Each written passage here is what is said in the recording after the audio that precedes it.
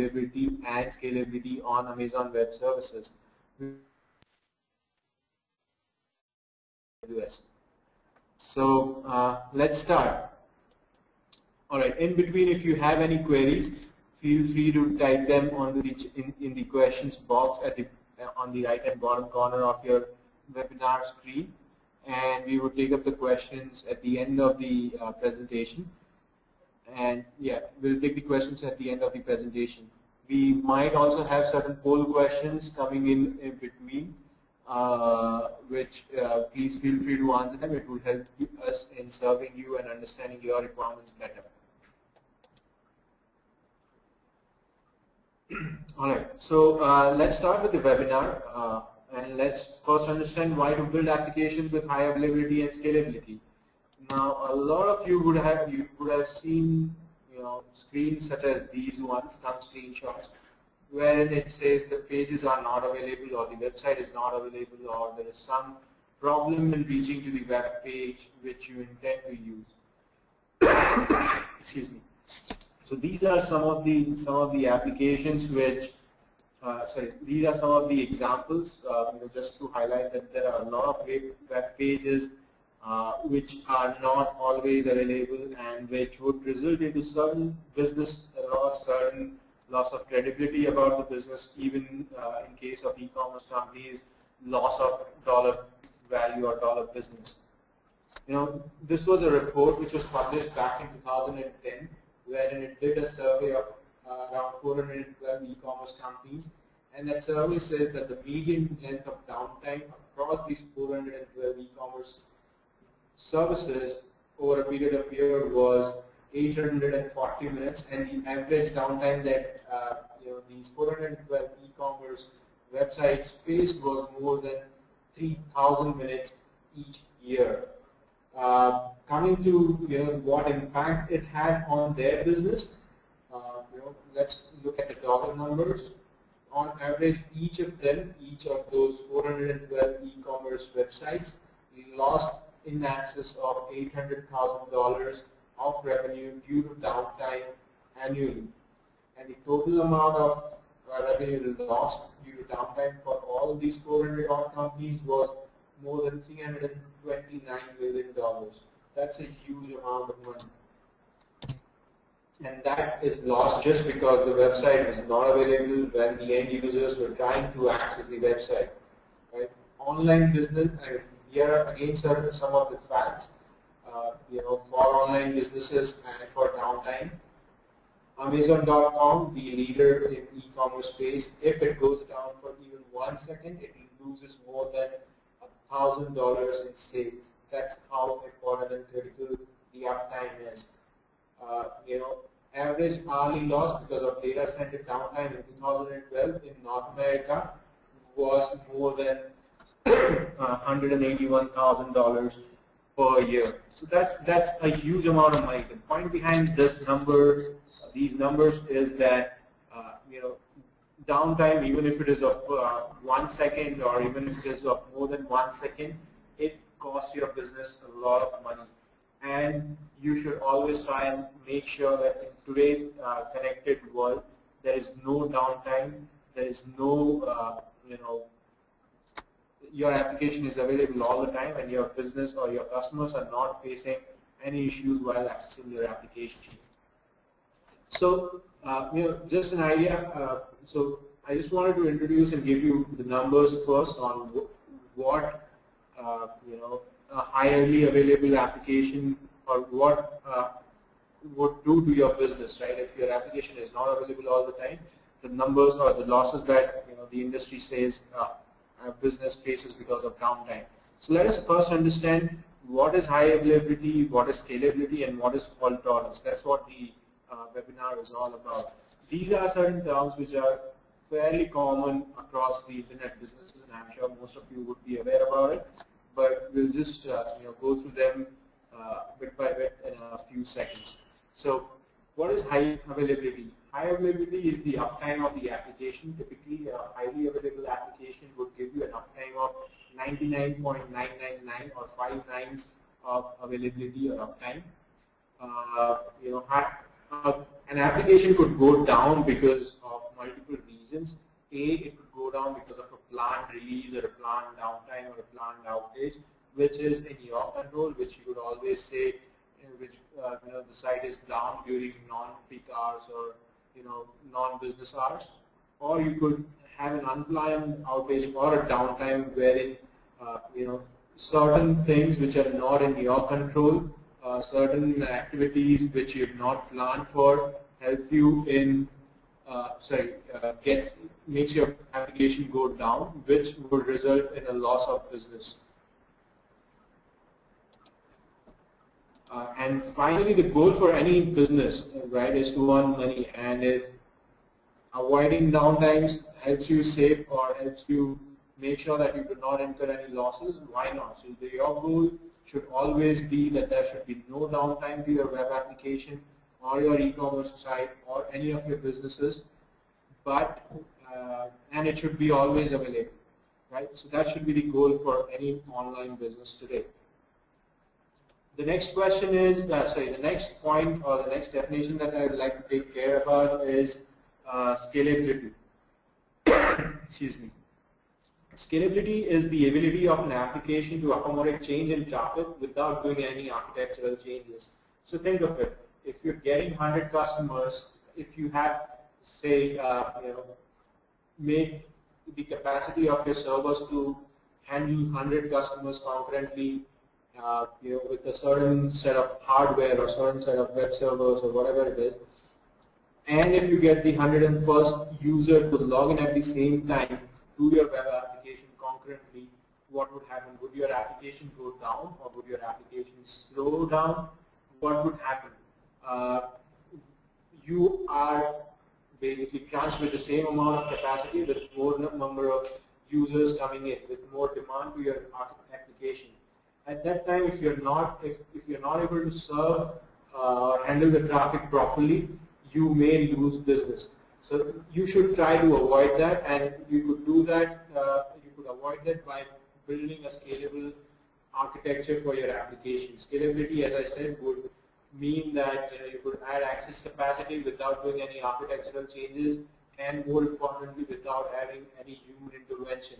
It should be all automated, right? If your application is not scalable, it may impact the availability, and you may see downtimes if your application or your application infrastructure is not able to scale out. But of course, while scalability may impact the availability, but scalability does not always guarantee availability. To guarantee availability, you should build your application to be fault tolerant. Now, what is fault tolerance? Fault tolerance is basically building redundancy so that in your architecture, so that your application can continue functioning even when one or two of your components would fail in the architecture. Fault tolerance is very critical to ensure high availability for your application. In the next few slides, we'll talk about how to achieve high availability, how to achieve fault tolerance, and how to achieve scalability. And we would do this keeping in mind Amazon Web Services infrastructure and using certain services of Amazon Web Services, from Amazon Web Services. So let's just take a brief look at what is AWS and why AWS. Before that, I would just like to let you know that we have posted certain poll questions which you could go and answer.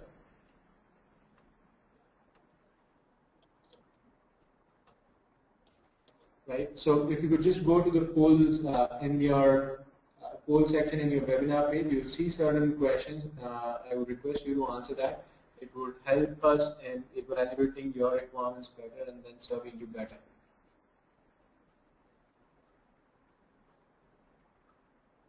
All right, so the first poll question is, are you using the cloud computing platform to host your applications?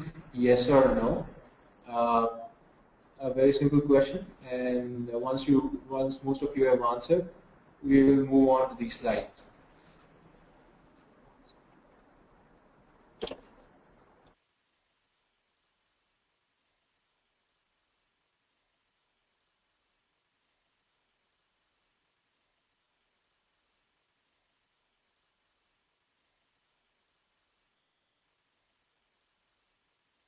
All right, so we just closed the poll.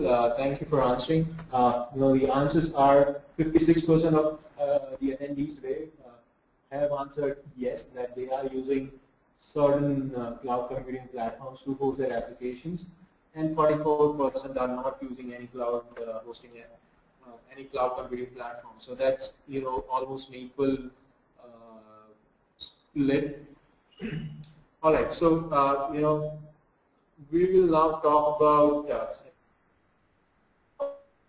why we should be using AWS to build highly scalable, fault-tolerant applications, and what AWS is exactly. So AWS, as you might know, is Amazon Web Services, is a cloud computing or the pioneer in cloud computing platform, a service provided by a subsidiary of Amazon.com. What AWS is, as the name suggests, it's a set of web services which allows you to basically launch a lot of computing infrastructure, which would include your virtual machines, which would include certain databases, which would include certain networking components, storage, and a host of other services. So Amazon Web Services by default is built to be highly scalable and highly available. Why AWS? Why AWS? Because AWS democratizes the high availability for your application. AWS has 10 different regions across the globe. These regions are spread across the globe. The yellow dots that you see on your screen on the world map, these are the 10 different AWS regions. 4 in North America, 1 in South America, there's 1 in Europe, and 3 or 4 in the APAC region. I'm sorry, the map is not updated. There's one which is being launched in China very recently. It's under beta testing, but of course it's available to limited customers. So, so AWS has 10 regions. Each region has multiple availability zones. The availability zones are a set of independent data centers within the regions, and each availability zones will have multiple servers, thousands and thousands of them, which could be used by you on demand, and you could pay on demand.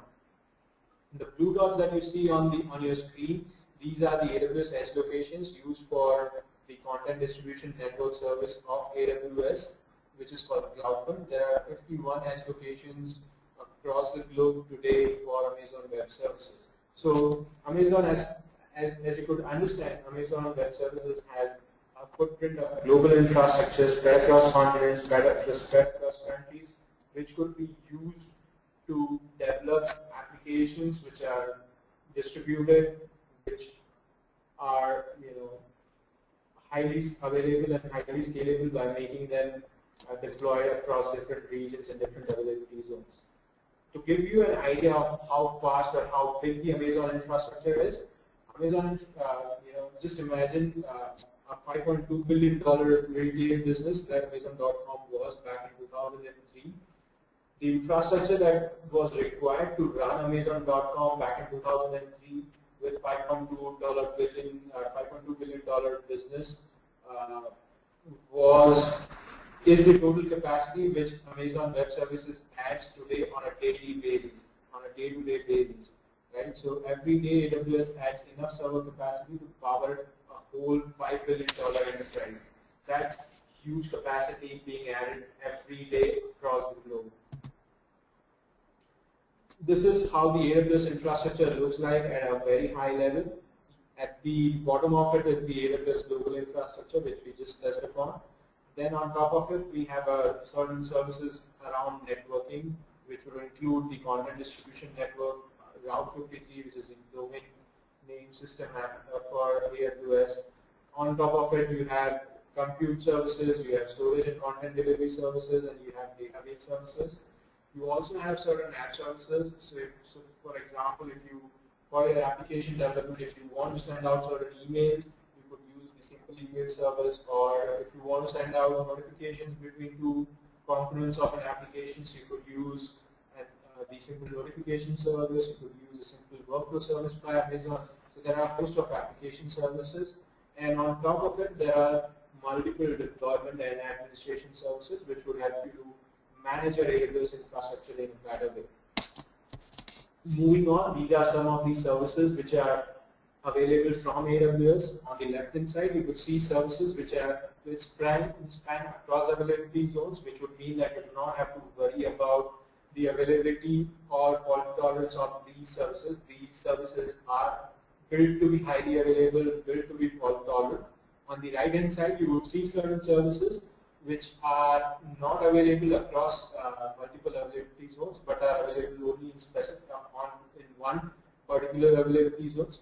But they could be architected so that they could be deployed across multiple availability zones to ensure a highly available architecture. So now let's talk about the best practices for building applications on AWS. Before that, we'll just have a quick poll, another poll, which will again will run for a couple of for 30 seconds or so. We just want to understand what kind of cloud computing platform you're using right now. If you could just answer it, it would help us. And then once you've answered, we would move on to the next slides.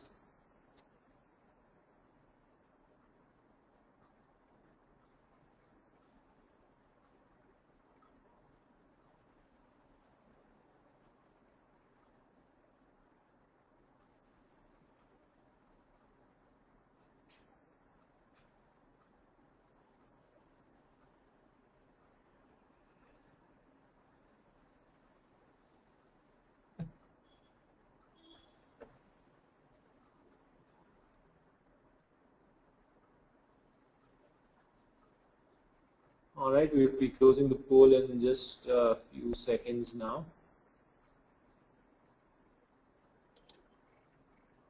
All right, so the poll results are that 89% of attendees today are using AWS, which is good. So I'm sure this particular presentation would help you a lot. And right, so let's look at some of the best practices for building highly available applications on AWS. We'll talk about 5 best practices which include design for failure. How do you design for failure on AWS? We'll talk about building scalable applications. We'll talk about how to build in fault tolerance in your application architecture. And finally, which would include, of course, the multi-AC architecture deployments. And finally, we will talk about how to develop loosely coupled applications which actually are key to build fault-tolerant applications. So let's start with the first thing, design for failure. Now, most of you with experience in the IT field would understand that everything fails all the time, not just in IT but everywhere else. So the ideal way to design for failure is to first identify single points of failure and try to avoid them. And second, we should assume that everything will fail sometime, and we should try to work backwards to ensure that we fix everything that could fail.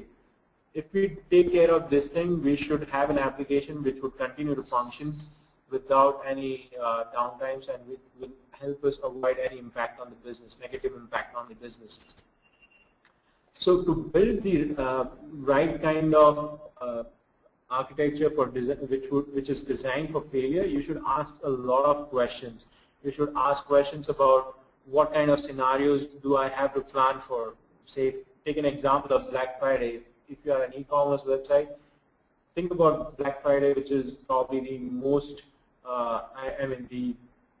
the day when you will see the most amount of traffic to your website. Or what happens if a node in your system fails? If you have a cluster of EC2 instances running, if one of those EC2 instances goes down, what would happen?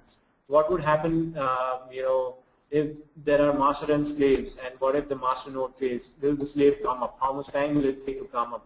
What are my single points of failure? So ask a lot of questions to yourselves and to your developer team and to your system admin team and to your architectural team to ensure that you get answers to these questions which will help you avoiding failure. You should ask more and more questions, right? What happens if the cache keys go beyond the memory limit? How do you recognize that there has been a failure? What if downstream services times out or returns an exception? You should be asking a whole lot of questions to yourself, right?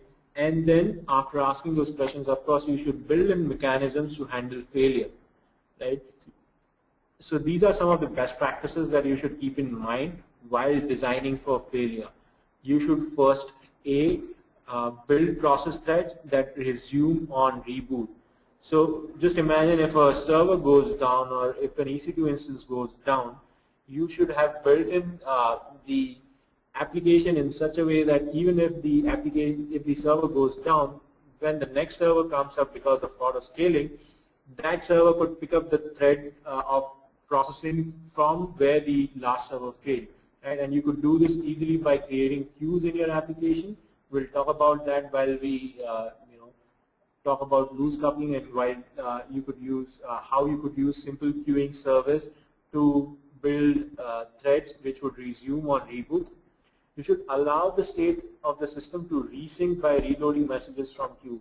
This is very important, and I would emphasize that you should be using SQS or any other queuing services a lot to ensure that there is decoupling between the various application components, and that whenever any component of your application fails, you are able to resync them by reloading the messages from your queues. You should always have pre-configured and pre-optimized virtual images, which will support the resumption of processes if a server goes down, or which would actually resync the queues. You should have servers which would do that check first before being available to the end users. You should always develop stateless applications on cloud. You should never have in-memory sessions when you are designing an application on cloud, and you should not have stateful user context. Why you should not have this is because just imagine if you have a bunch of servers and if you have multiple users logged into your application. Now, if for certain reasons the traffic goes down or the traffic increases, there is a spike in traffic, you would either have an increase in the number of servers or decrease in the number of servers, which would mean you would either add new servers or lose some of the existing servers in your auto-scaling group. If that happens, then the next time a request comes in from a user who is already logged in, and if the server to which the user was previously connected has gone down, then the user will not be able to restore the session and will have to either log in again, or will just will not be able to log in, right? So will not be able to restore the application from the previous state. So excuse me. So that would be a loss of user experience for that particular user. So you should avoid stateful applications. You should always have stateless applications. This could be done by maintaining your sessions in a database or in a cache. Finally, you should have a coherent backup and restore strategy for your data, and you should automate it. So you should, if you're using EC2 instances for your database, you should be taking regular snapshots, and you should have automated it so that in case any failure happens to one of your EC2 instances, you are able to restore the database using the snapshots that you've already taken. Alternately, you could be using RDS as your database option, which takes automated, which could be configured to take automated snapshots, as well as configured to have a masters and slaves in place. And this is just a sample architecture on how you could build in, you could design for failure. We'll talk about certain more sample architectures at the end of the presentation. Right. The next best practice about building a highly available application is to make it scalable. You should be using scaling. If you're using Amazon Web Services, if you're using any other cloud computing services, your application should be built in such a way that it is highly scalable. To make your application highly scalable, the best practice in AWS is to use a service called as auto-scaling. Autoscaling enables you to automatically scale up or down your Amazon EC2 capacity based on the traffic that comes in to your application. So you should be using autoscaling for all of your application, even if you are using a single EC2 VM for your application. And I'll talk about it later on how you could have one single EC2 instance and still make it have an autoscaling configuration on it, so to ensure that it is always up and running and available, right? So autoscaling again enables to terminate your server instances at will. It enables you to add more instances in response to an increasing load to your application servers.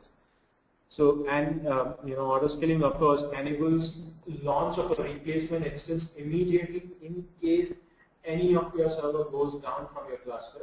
And finally, it enables your application to transition seamlessly in case the primary server fails. So, these are multiple different scenarios where you could use autoscaling. You could use autoscaling to ensure that if you have one server, that server is always available.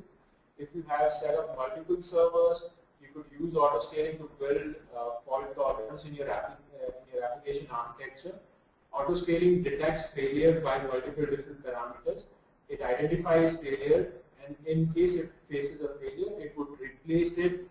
It would replace the failed instances automatically. And of course, you could use autoscaling to scale up or scale down your application architecture. Along with autoscaling, you should be using another service from AWS called Elastic Load Balancing. Elastic Load Balancing, as the name suggests, is the load balancer service available from AWS. ELB distributes all the incoming traffic to an application across multiple different EC2 instances which are behind the ELB. Now, these instances ideally, as a best practice, should be on autoscaling to ensure that the load is distributed equally among the instances which come up new with the increasing load, or if the load goes down, it is again distributed to the lesser number of servers that are up and running. ELB itself does not have any IP address, but it gets a DNS host name, and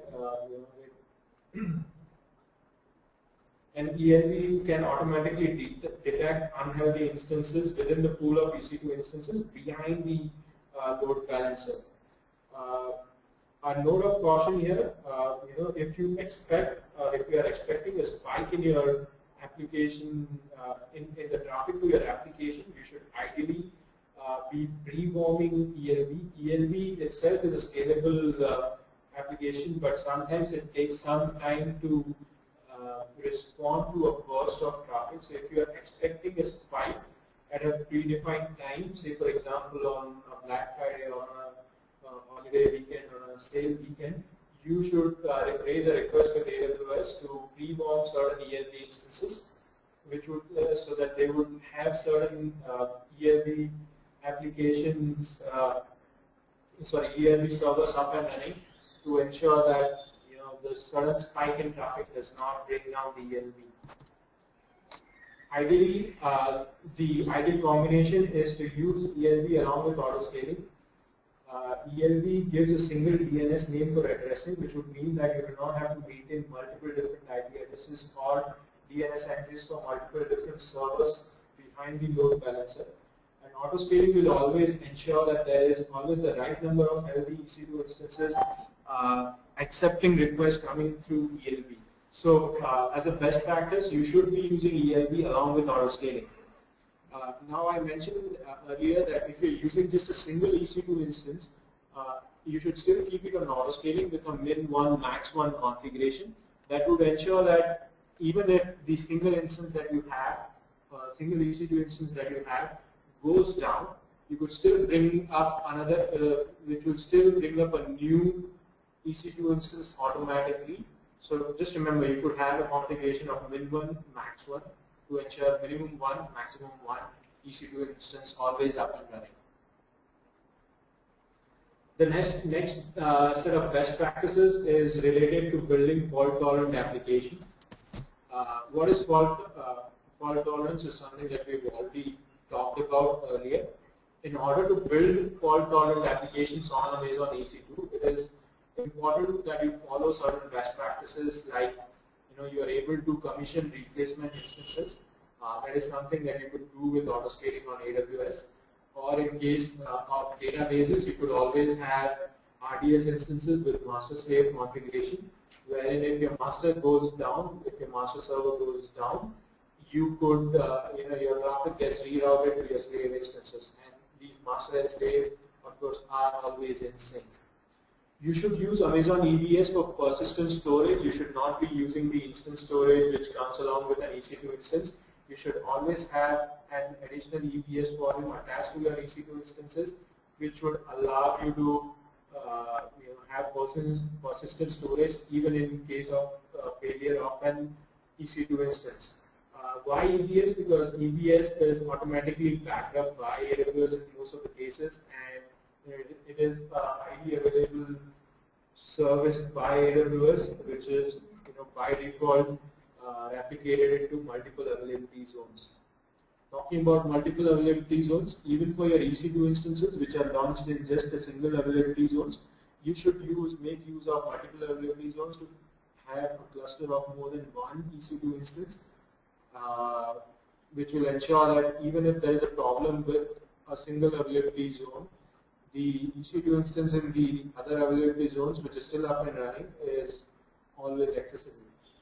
Along with multiple availability zones, you should also be using elastic IP addresses to ensure that traffic to your website or traffic to your application is not hampered in case of a downtime. And you are able to attach the elastic IP address to a new EC2 instance immediately.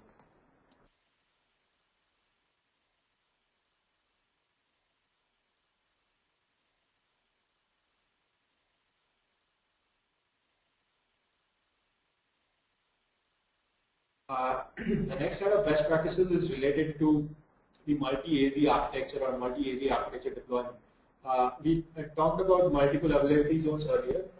Availability zones are a set of individual or unique data centers that AWS has in a specific region. All of the data centers or availability zones within a region for AWS are connected to independent power supplies, independent internet connectivity, and are also interconnected with high-speed data pipes, which would mean that there is low latencies when you deploy applications or deploy servers across multiple availability zones. So while designing your application, if you want to make it highly available and fault tolerant, you should deploy your application across multiple availability zones, and these are some of the considerations that you should make sure that or take care of while deploying the applications across multiple availability zones. Right? So the Amazon EC2 service level agreement commitment is 99.95% availability for each EC2 region. You could increase from 99.95 to 99.999% by deploying it across multiple availability zones. You could have redundant instances for each tier of an application, and each of these redundant instances could be placed in distinct availability zones. So, most of the applications architecture that we design and deploy today would have at least two tiers. One would be the front-end tier, and the other would be the database tier. You could even have a 3-tier or 4-tier application architecture depending on your requirements. So ideally, you should, for each of these tiers, you should have, you should be having them in auto scaling or in master slave configuration in case of database, and those redundant instances should be ideally in multiple availability zones. If you are using ELB, then ELB can automatically balance traffic across multiple instances, across multiple availability zones. So you don't have to worry about that on how to distribute traffic across availability zones. ELB would do it automatically without you having to worry about it. This is a sample multi-AZ architecture. As you could see, you could just a sample architecture wherein starting from the bottom, you have a master slave configuration with the master database server sitting in one availability zone and the slave database server sitting in another availability zone. Similarly, you could have multiple application servers or your caching servers which are load balanced using the elastic load balancer. Right? Just a sample architecture. Moving on, another important aspect of or another important best practice for building highly available and fault tolerant application is, of course, to have a loosely coupled application. So this is not just related to the infrastructure, but even your application has to be loosely coupled or designed to make sure that it is scalable and highly available. So loosely coupled systems by default are more fault tolerant and can achieve very high scale as and when required. Loosely coupled applications on AWS could help you in decoupled systems and could allow you to deploy hybrid architecture models, which would mean that certain components of your applications are on-premise, and in case your on-premise infrastructure capacity is exceeded, you could fall over to the Amazon Web Services cloud. So this is only possible if your application could work on multiple different servers in multiple different environments. Loosely coupled systems on AWS could help you, balance better between clusters and making sure that your application infrastructure is highly scalable.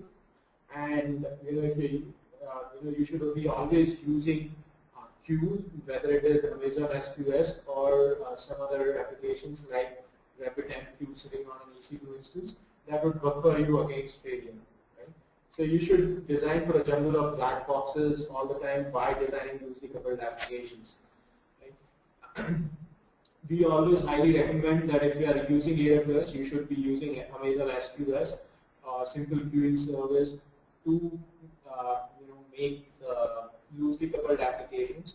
Of course, there are other queuing services like RabbitMQ and others available, but the drawback with them is that you will have to maintain the EC2 instances and the infrastructure on which these the queuing service sits. Compare that with SQS. SQS by default is a highly available application which is spread across multiple availability zones. By that, what I mean is that each message in the queue that you create is replicated across multiple availability zones, and you never end up losing any of the messages. So it's very highly available. It's highly scalable as well. You could have millions of messages in the queue for your application. And by using SQS, you could actually decouple different components by making sure that you could create certain simple workflows or dependencies which will always go back and talk to the queue, get the message about the previous component, whether it was executed successfully or failed, and then move on to the next component. So that decouples different components of your application and makes it highly scalable and available. These are some of the best practices that you should keep in mind while using SQS. So as I said, SQS should be used to isolate components. It acts as a buffer between different components of your application, right? You should design every component so that it exposes a service interface and is responsible for its own scalability. So database is responsible for its own scalability and availability. Your application tier is responsible for its own availability and scalability. Your web application layer, web layer is responsible for its own availability and scalability. So even in case of failure in any of these components, it would heal itself and it will make sure that the other components of your application are still up and running and are still highly available. Right? So you should make sure that all your components interact with each other asynchronously. You should bundle the logical construct of your components into Amazon machine images or AMIs or AMIs so that it can be deployed more often. So every time every time you create any of these application layers, whether it's your web application or your business logic layer, you should have unique customized AMIs created for each of those layers. And you should make your applications as stateless as possible. You should be storing your sessions in, say, Amazon SimpleDB or any other database services from Amazon to make sure that your applications are stateless. So these were some of the best practices that we wanted to cover from an AWS perspective. What are the services that you should be using? What are the things that you should be keeping in mind while using these services? Now we'll just walk through some of the central architectures. But before that, I'll just ask you to answer the final polling question that we have for today. We'll just run this poll for 1 more minute. If you would answer, that would help us. And then we'll walk through the sample architectures.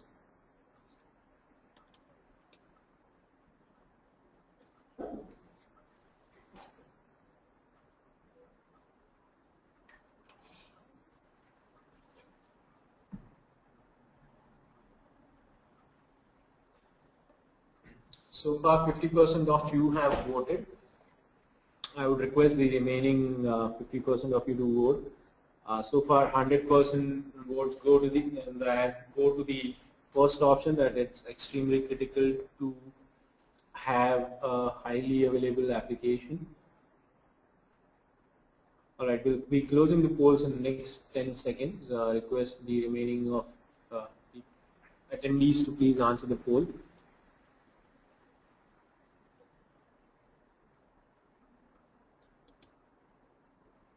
Thank you.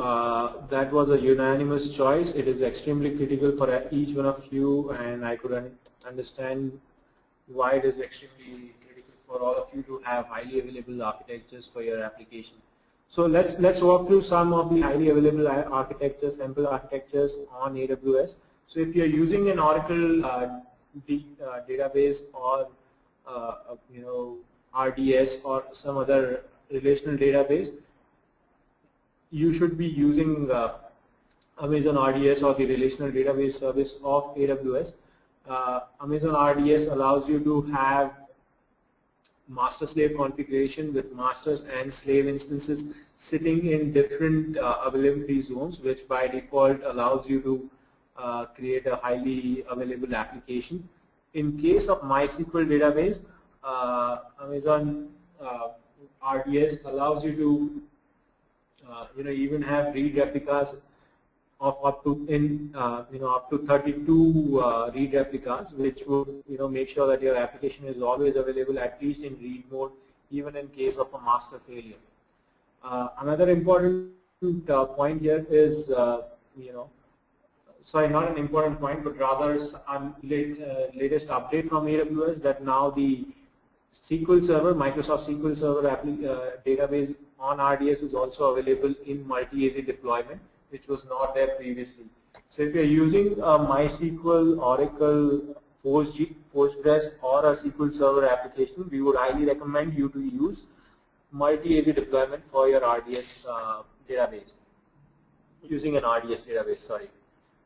This is how you could use, have a web hosting highly available application architecture on AWS. As you could see, you have multiple layers of your databases, of your application components, infrastructure components. You have a different web tier, different application tier, and the database tier. Each one of them, the first two layers on auto scaling on their own, which are deployed across multiple availability zones and are balanced using a load balancer. And your database, of course, is in a master-slave configuration, which would ensure that your database is always up and running. So you should have auto scaling for each layer, each of your EC2 instance layers, and that could be load balanced using a load balancer or an elastic load balancer. Again, if you do not want to use RDS, Oracle RDS application in Oracle RDS service on AWS, you could create a scalable reader farm by yourself on EC2 instances by using the Oracle Active Data Guard replication tool. So you could have an EC2 instance which would act as a master in one availability zones, and you could have the replicated instances in some other availability zones. Of course, again, by default, your application servers or your web servers are to be in auto scaling, which again load balanced by the elastic load balancers.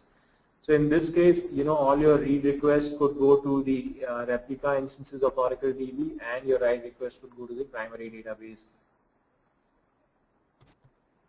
Right. So these were some of the sample architectures that we wanted to walk you through. Now, I will just open up for questions. So if you have any questions, request you to type in those questions in the question box at the bottom of your webinar screen. We already have a couple of questions. So if you are not able to answer all the queries that you have posted today, we would be more than happy to take them offline. Yeah, and why don't I can read them off for you, the questions that have come in down so far, and some of them we may be able to ask and answer today. For those that we can't answer today, we'll definitely get back to you directly if there's something that we need to touch base on, if they're significantly technical in nature.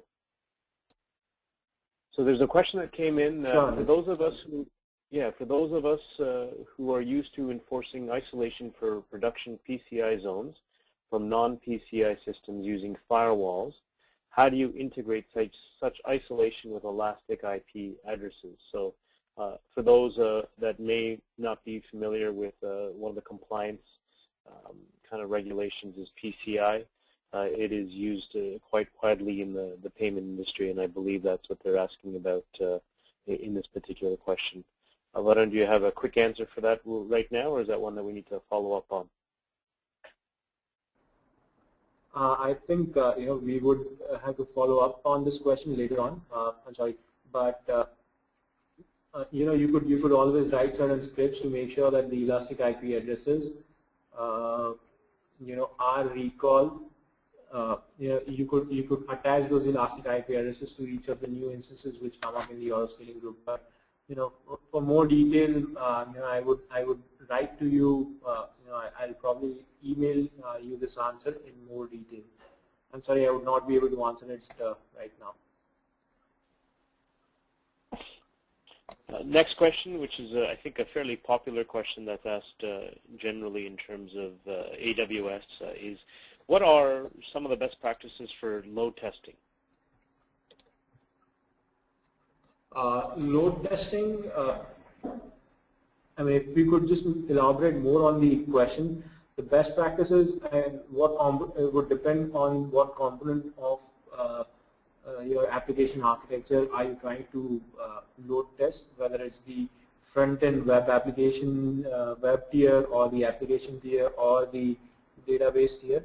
The best practices, of course, would be to ensure that the load that you are passing on or generating is generated from multiple different geographies, and you're not just loading your servers from one particular location. Muted. To ensure that you could measure latencies across different locations. So as a best practice, what we do whenever we want to load test an application for our customers, we would launch servers across multiple AWS regions, and then at the end of the load testing for especially the web application tier, we would calculate the latencies, and we would make sure that the latencies are equal and minimum in case of each of the regions. The other things, the other best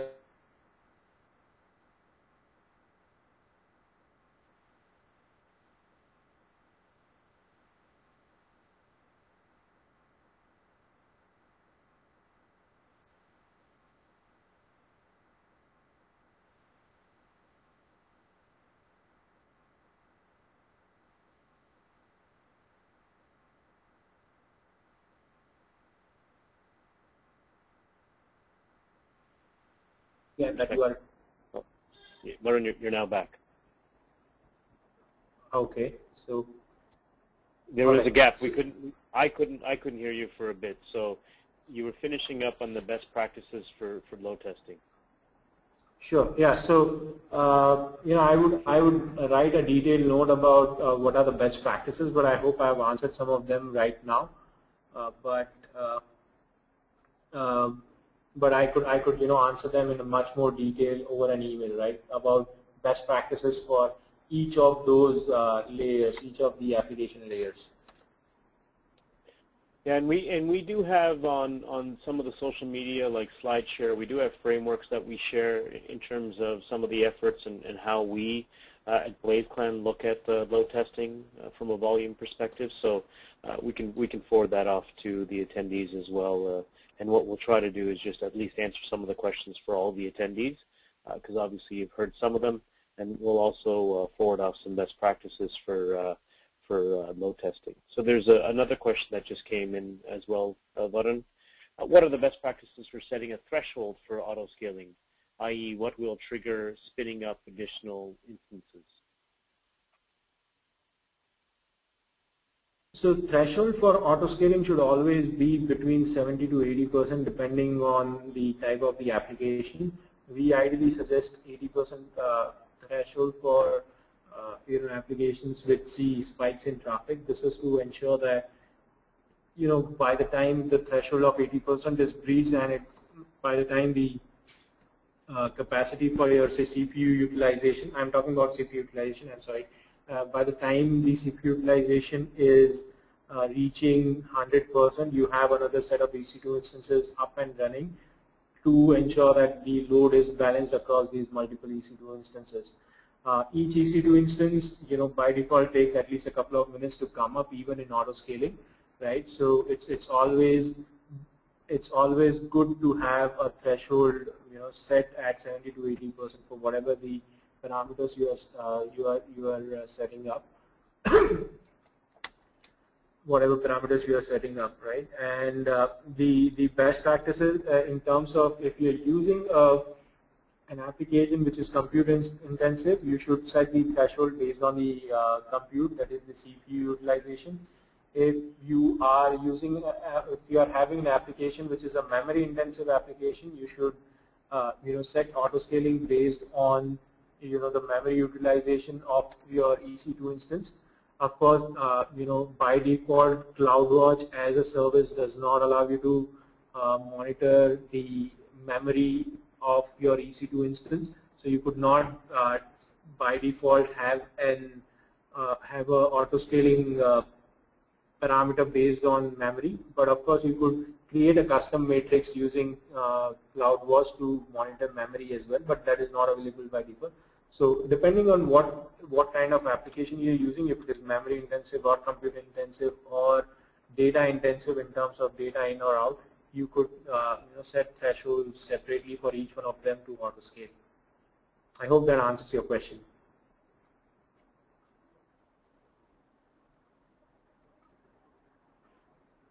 Perfect. So I think from a timing perspective, that concludes our Q&A aspect. Obviously, what we generally do with our webinars is we make them available on our website as well. So from a recording perspective, they'll be made publicly, and obviously to yourselves to replay if there's anything particular that you wanted to hear again or visualize again. That is always available, and we are always available. So you can reach out to anyone at the BlazeClan team at info@blazeclan.com. Once again, from a high-level perspective, we are an advanced Amazon solution shop. So AWS is a strong partner of us in the sense that if you have a unique use case, a unique workload that you haven't been able to resolve, obviously we'll make sure that our engineers take a first crack at it. But from a partnership perspective, we can always get Amazon solution advisors on the phone and involved with our client base to make sure that they truly understand what the business cases and the use cases might be, because everyone's business is unique. Obviously, from today's perspective, we focused on e-commerce and high availability. We also practice in areas such as big data and analytics, and we do also have a managed services shop. So if you have existing AWS workloads that you really want another organization to operate and manage for you, BlazeClan is available with various services as well. So do not hesitate to reach out to us, and we'll keep the users engaged. We'll make sure that some of the questions we do respond to via email, and then do provide some additional frameworks and links so that you can address some of the questions that may have been asked. I appreciate everyone's time. If there's anything else from the BlazePlan team, Varun, any final closing comments? You've covered most of the things, Arnold. So in case you have any queries, we would be more than happy to help you over emails, over calls. And then if you would like to further engage with us, you could get in touch with Anuj, who would be your point of contact in the US. I'll just share numbers for Anuj on screen. So this is Anuj's direct number in case you want to reach out to him via email or his cell phone number. So I wish you, yeah. Go ahead, Anuj. Thank you. No, I appreciate it. Thank you very much, Varun. So everyone enjoy your morning, your afternoon, your evening, and everyone take care. And we do have ongoing webinars, so please do not hesitate to look at the BlazePlan website to see our ongoing webinars and the solutions that we do speak about often. In fact, our next webinar is June the 5th. It is specifically about the data warehouse. It is a 2:30 p.m. Indian Standard Time, so that might be close to midnight, unfortunately, for us in the Eastern Standard Time Zone. But we're going to talk about Redshift, which is Amazon's data warehouse solution.